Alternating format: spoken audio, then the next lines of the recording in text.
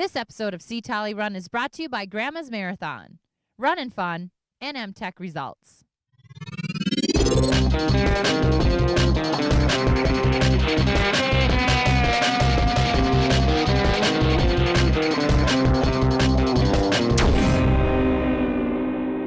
Hi, I'm Olympian Carrie Tollefson, and today I'm interviewing national champion Gabe Grunewald. So let's get after it.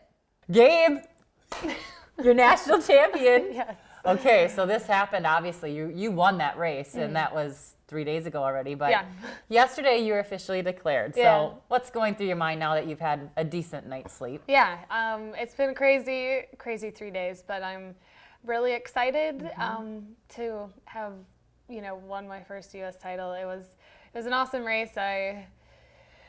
I'm excited that my indoor season is continuing. I'm excited to represent the USA for the first time, and it's been pretty crazy, but ultimately I'm excited about heading to Poland soon. Yeah, so before we go to Poland, talk a little bit about going into the race. I had heard from Justin the other day that you were a little bit banged up heading into the race. So just fill us in on what was going on before and, take us through the race a little bit, because we all need to know about your crazy kick. So you got to talk about that, and then Definitely. And then we'll touch on Poland. Yeah, definitely. Well, this indoor season, it didn't go exactly as planned. I had a little bit of a knee issue that happened the end of January.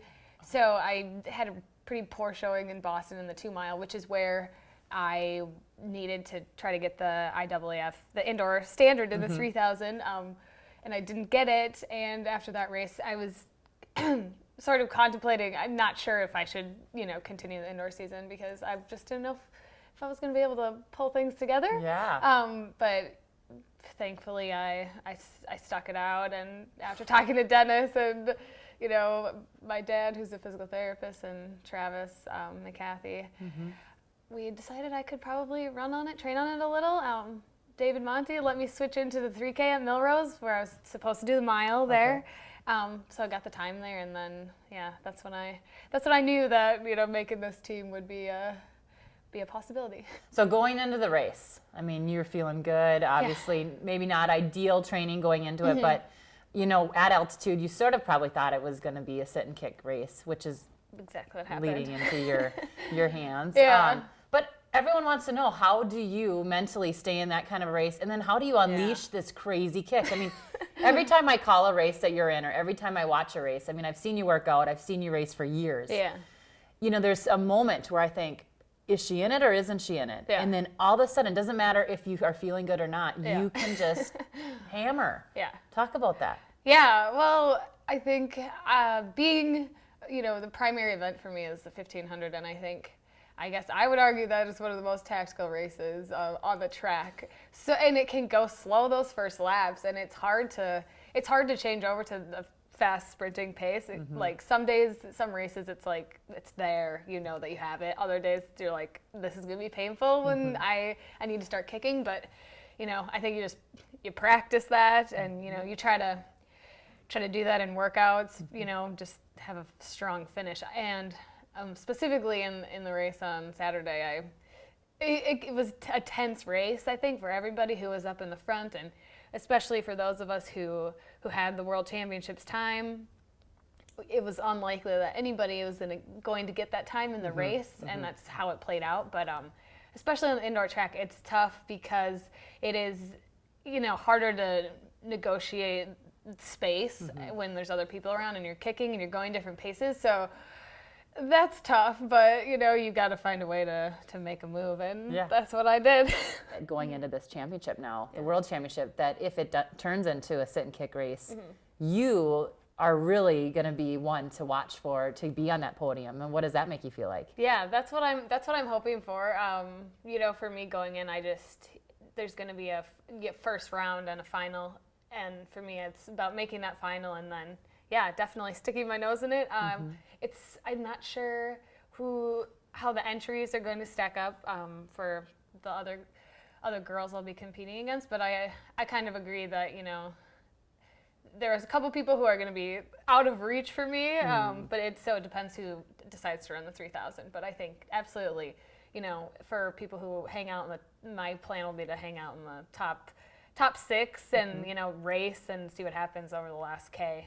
Yeah. If that's how it develops to be a kicker's race, that would be good for me, definitely. So what has it felt like? Obviously we've talked about the controversy to, ad nauseum, and we're going to keep on talking about it because we're hoping things will change from here on out. But, what does it feel like now to be able to say, I actually am a U.S. national champion and I'm going to represent the U.S.? Yeah, it's awesome. I mean, it has been a nightmare of a weekend, but it is a dream come true to be a U.S. champion. There's no higher honor for me as an athlete than, the opportunity to represent your country in a major championship. I've never done that before. My name gets added to a list of so many great athletes that I've been able to look forward to, look to them throughout my career. So to be a part of that, and so many people who support my career, support Team USA Minnesota, the support of Brooks, I want my success to reflect the awesome support that I get every single day, from people here in Minnesota, across the country. So it's just, this race at the World Championships will be dedicated to everybody who's been in my corner, literally, figuratively, through the past 3 days and, my whole career. So hopefully that's just the beginning. Can you really grasp what's happened? I mean, this is a little bit of a changing moment for our sport, and you're leading the march there, and it's not to put more on your shoulders, but there's little kids that might not get all the politics, but they're thinking, okay, this woman has beat cancer twice. She's come from a tiny little town and is now going and represent the U.S. and a lot of people know Jordan Hasay's name, and you guys are being stand-up individuals, and you're fighting together as a unit to be strong female athletes, and I think that's really cool. So what does all that mean to you? Yeah, it's we've been put into a position that, I mean, it's a difficult one, but I think it's important. I guess I didn't expect my situation specifically to lead this direction necessarily, but it just shows that I think we've been waiting as a sport, as a community, waiting for a moment, to have the ability to say that we want things to change and we want integrity and fairness in track and field, and we're going to stand up for that. So I'm happy to be a part of that. I hope that I can be a part of that. It's tough that this is how we had to get to that point, but I'm happy to stand up for what's right, and I think it's the right thing to do. So one of my favorite things when I got to call the race was see the 1,500 meters. And, I knew Heather was in there, and she and I were texting the night before, and she was pretty torn up about everything. But to see those ladies show, their respect for you guys and for you especially, what did that feel like to you? I mean, so incredibly humbling to have that solidarity among, girls I compete with. I think there's a lot of mutual respect between competitors, and what I think all those girls knew that it happened to me, but it could happen to any of us. And if we don't stand up for this, why are we even competing? So I mean, I hope that I would do the same for them in that situation, but it meant so much, and I think it was such a strong statement to have the athletes band together and have show that we're united in this, and we're gonna fight for the right thing. Yeah, speaking of sportsmanship, I mean, it's a big example to show now how you and Jordan have been able to handle yourselves. Have you guys gotten to talk yet, or no? We haven't. Yeah. No, it's been crazy. I did tweet at Jordan. I will be reaching out to Jordan personally. I haven't run into her or anything since the race, honestly.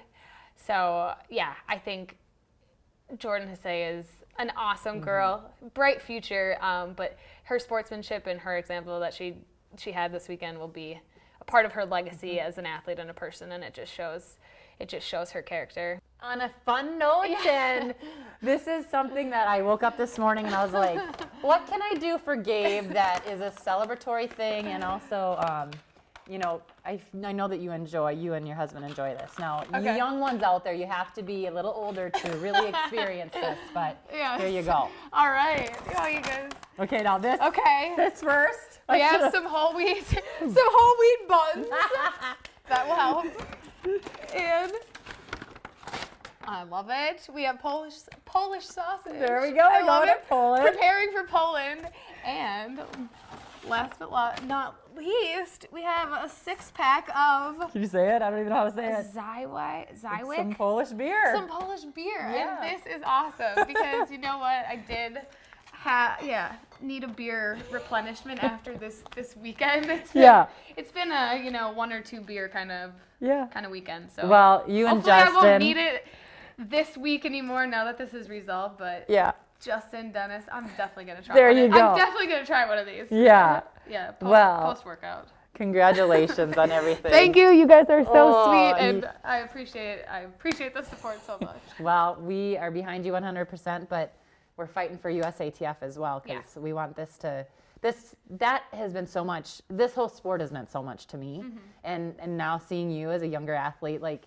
you have so much to look forward to. So I'm hoping that we can really get some resolve here and continue this great sport because we enjoy it so much, don't we? Absolutely, it's worth fighting for. And so much fun. You are so gonna enjoy wearing the red, white, and blue. Yeah, I can't wait. It's gonna awesome. be awesome. All right, well, get after it. Thank you. I will. I can't wait.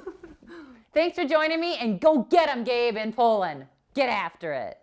Hey guys, if you like this episode, check out ctollerun.com for even more videos, including interviews with elite athletes and training videos.